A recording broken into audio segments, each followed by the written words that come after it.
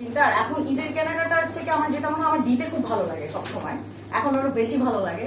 So আমার মনে হয় যে আমি অন্যের জন্য কিনতে আমার বেশি মজা লাগে আর কি, ওই টাইমটা আমি অনেক বেশি এনজয় করি, সো বেশি দিতে হয় এখন। ছোটবেলা আমার মামারা ব্যাংকে চাকরি করতেন, তো আমার মনে আছে যে আমরা পেলেও অনেকগুলা নোট পেতাম, বাট সব নতুন টাকা ছিল বা 2 টাকার নোট ছিল আর কি, মানে খুশি ওইটা ডেফিনেটলি ওইটা ভালো লাগতো।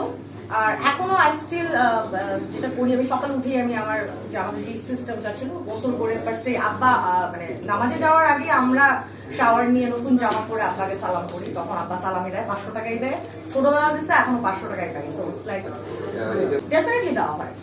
ঈদের সালামি আমরা যা পাই, আমরা তো তখন যা পাইতাম আর এখন আরো বেশি দিতে হয়। ঈদের প্ল্যান ইজ ডেফিনেটলি আমি ঢাকাতেই থাকবো, আর প্ল্যান ইজ ঢাকায় থেকে ঈদ করা, যেটা পরদিন থেকে শো স্টার্ট হবে, শোতে যাবো। পরদিন আছে আমার খুলনাতে শো, আফটার দ্যাট আমি কুমিল্লা চলে যাবো। আজকের আয়োজন নিয়ে যদি বলি, লেজার ট্রিটের আমি আমার জায়গা থেকে যদি আমি বলি যে আমার খুব একটা যে ওইভাবে বোটক্স ফিলার এই টাইপের কিছু খুব বেশি যে করা হয়েছে সেটা না, বাট আমার যখনই স্ট্রেস রিলেটেড কোনো কিছু বা আমরা যখন আমি যেরকম আমি অনেক পারফর্ম করতে গেলে আমি অনেক টায়ার্ড হয়ে যাই, টায়ার্ড লুকিং স্কিন হয়ে যায়, একটা টাইমে I was getting very fat, আমি মোটা হয়ে যাচ্ছিলাম অনেক বেশি। তখনও আমার মনে হচ্ছে আমার যে কোনো স্কিন রিলেটেড এনিথিং, আমি যখনই আমার মনে হতো যে না আমার পেইন লাগতেছে বা কোনো আমি ফিজিক্যালি আম নট ফিট, আমি তখনই আমার ফার্স্ট চয়েস ছিল সবসময়, ফার্স্ট চয়েস মানে this is the only choice আমার জন্য লেজার ট্রিট।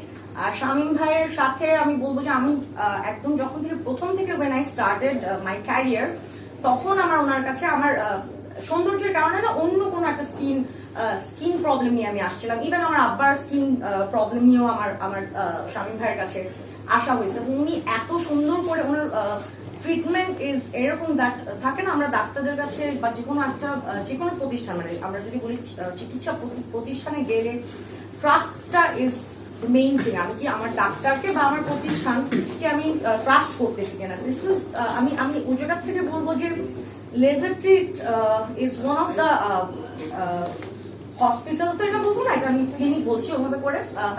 সো এইখানে আসলে আমি বলবো যে এখানে একদম 100% আমি আমার জায়গা থেকে বলবো যে নিশ্চিন্ত একটা মানুষ যে ডেফিনেটলি কিওর হবে। অ্যান্ড সৌন্দর্যের জায়গায় যদি আমাদের জায়গা থেকে বলি, ডেফিনেটলি আমরা যারা কাজ করছি, যারা ক্যামেরার সামনে কাজ করছি, তাদের জন্য আমাদের তো কখনো না কখনো আমাদের কিছু না কিছু লাগেই, বিকজ আমরা প্রচন্ড মেকআপে থাকি। যে এখনো যখন আমি ইন্টারভিউ দিচ্ছি, এখানে কিন্তু অনেক লাইট, প্রচুর light, those are high power lights, যেগুলোর রে গুলো ইজ ক্ষতিকর। সো আমাদের কিন্তু বেসিক্যালি হাইড্রোফেশিয়াল করা লাগছে, মাঝে মাঝে আমাদের যেগুলো নর্মাল পার্লারে গেলে যেগুলো বেসিক্যালি আসলে কাজ করে না।